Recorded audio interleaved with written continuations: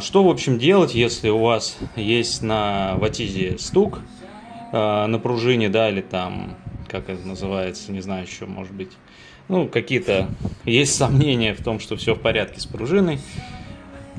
Смотрим. Ну, где-то 6,9, да, у нас пружинка. Если вам не нравится, как себя ведет эта пружина, можно поставить другую пружину. Например, откок 2,5.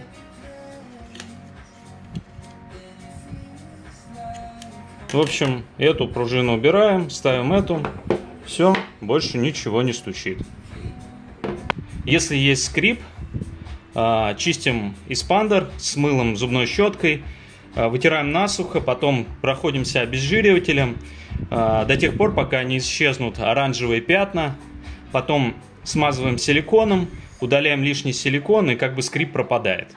Тем временем я стер силикон с эспандера. Сейчас хочу продемонстрировать, что силикон бесцветный. Вот, собственно, силикон, вот белая бумага. Смотрим, как бы все светлое, как бы ничего желтого нет.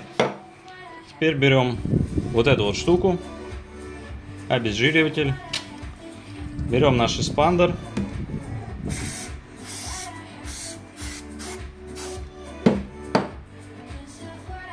и смотрим.